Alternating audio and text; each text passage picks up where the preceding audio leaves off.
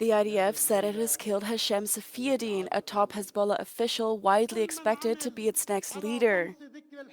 He was reportedly killed in an airstrike on southern Beirut in early October, not long after the Israeli military killed former Hezbollah leader Hassan Nasrallah.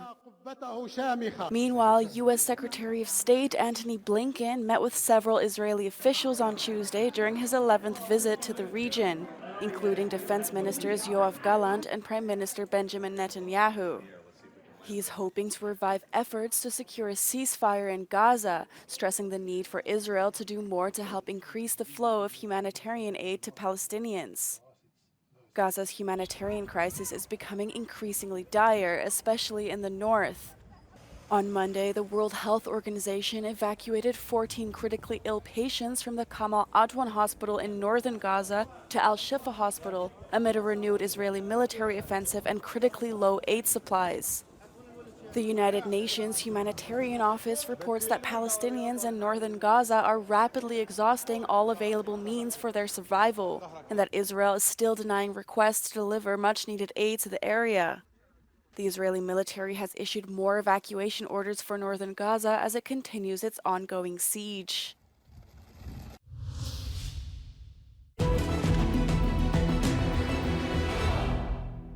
In the first public confirmation by the US, the Defense Secretary Lloyd Austin said on Wednesday that there is evidence that North Korean troops are in Russia, and it remains to be seen what they would be doing there. Yeah, as we continue to look at this, there is evidence that there are DPRK troops, in Russia.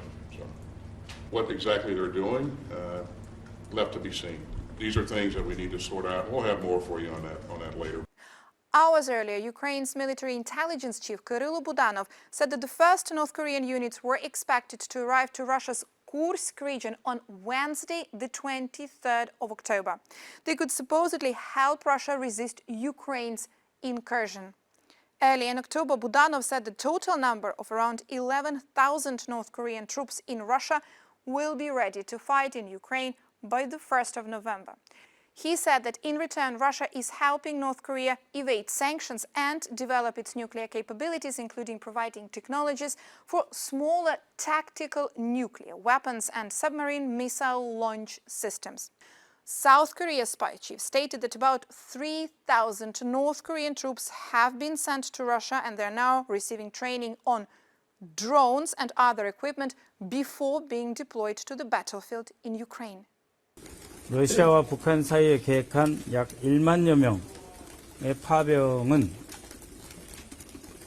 12월경으로 예상된다라고 보고가 있었습니다. Volodymyr Zelensky said earlier that according to the military intelligence, some North Korean officers are already in the occupied territories of Ukraine.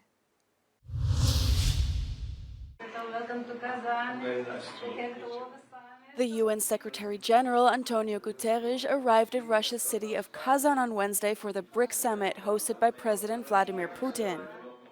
His attendance in light of Russia's ongoing invasion of Ukraine has been controversial, with the Ukrainian Foreign Ministry describing it as a wrong choice.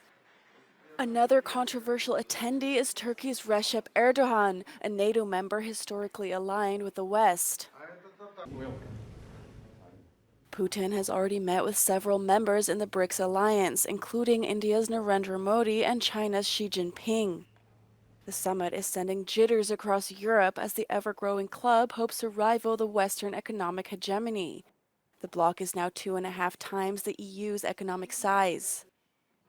High on the agenda are discussions on forming an alternative payment system for trade between members in local currencies to bypass the dollar-based network, as well as other ways of promoting alternatives to the US-led global order.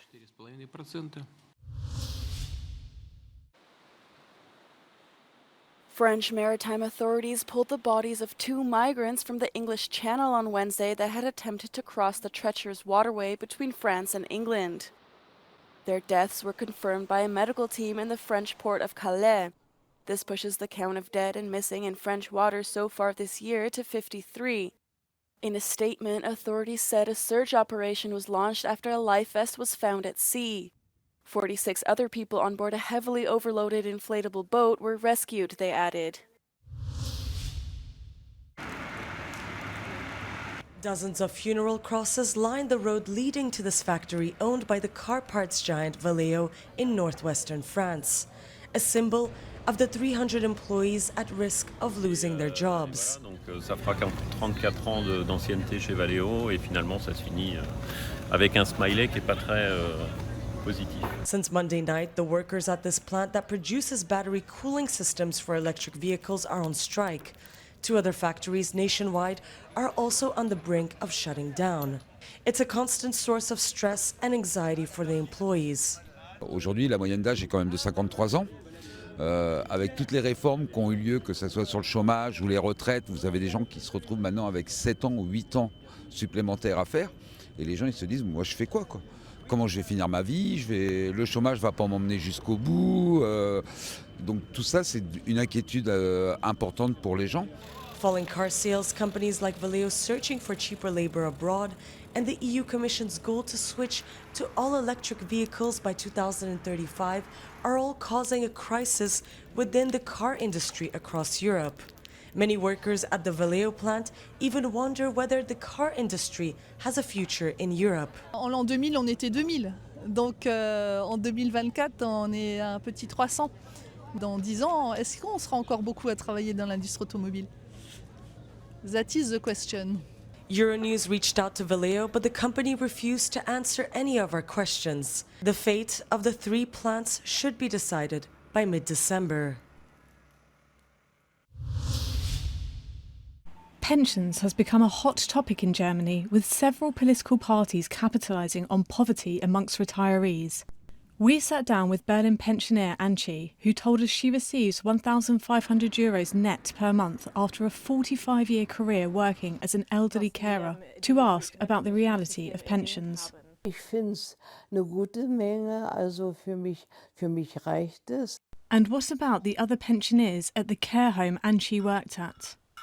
Ja, ich habe generell gemerkt, ältere Leute, die irgendwo untergebracht werden müssen oder untergebracht werden durch ihre Angehörigen und so, viele doch wenig, die haben nur so ein bisschen Grundtaschengeld im Monat, die selber sehr schlecht dastehen.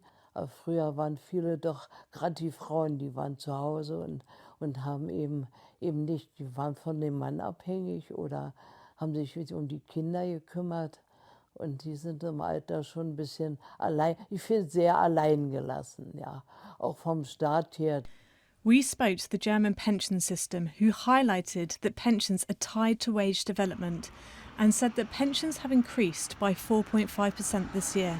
They also recommended relying on other sources of income for retiring. Wir haben in Deutschland seit 2001 das sogenannte Drei-Säulen-Modell. Das heißt, Alterseinkommen ist eben nicht nur die gesetzliche Rentenversicherung, sondern viele beziehen auch noch aus anderen Quellen. Beispielsweise 3 Säulen, die große tragende Säule, die gesetzliche Rentenversicherung. Es gibt aber auch noch die private Altersvorsorge und die betriebliche Altersvorsorge. Und das können auch Einnahmequellen im Alter sein. Es gibt noch Kapitalvermögen, es gibt Einnahmen aus Vermietung und Verpachtung, es gibt vielleicht einen Partner, der einen mitfinanziert, sodass man, wenn man später auf die Alterseinkünfte an sich schaut, eben immer schauen sollte, wie ist denn der Haushaltskontext und nicht nur rein auf die gesetzliche Rentenversicherung. Despite that, the pension system is a gift that allows seniors who have contributed to society for 45 years to be given the opportunity to retire for another few decades in peace. Liv Stroud for Euronews.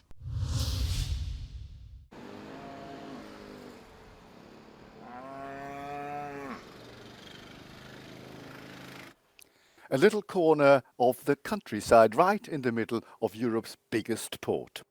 Here in Rotterdam, 30 cows occupy this farm on the water, producing 600 litres of milk a day.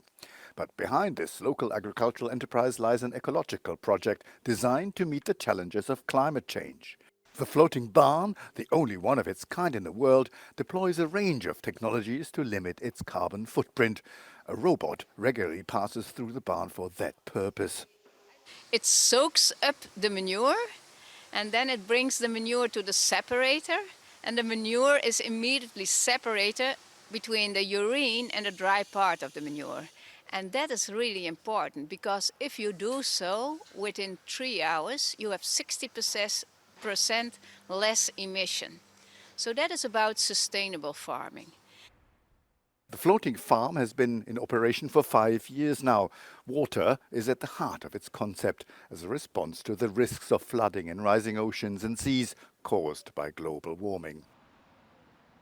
Rising temperatures are exacerbating the water stress that affects 20% of Europe and 30% of the Union's population every year. The cowshed in the port of Rotterdam is equipped with 2 systems to reduce this pressure. The first one is we collect rainwater on the rooftop and we purify it downstairs and then we reuse it on the farm. And the other one is that we pump up brackish port water and we like to desalinate it, but desalination without chemicals. We only need heat, and what we do, we use the heat of the manure. In its latest report on water, the European Environment Agency points out that agriculture represents the biggest pressure on this resource. Pollution from the sector affects 32% of groundwater and 29% of surface water. The agency therefore suggests a change in agricultural practices, the use of new technologies, and to get the sector to operate with less water, just as they do in Rotterdam.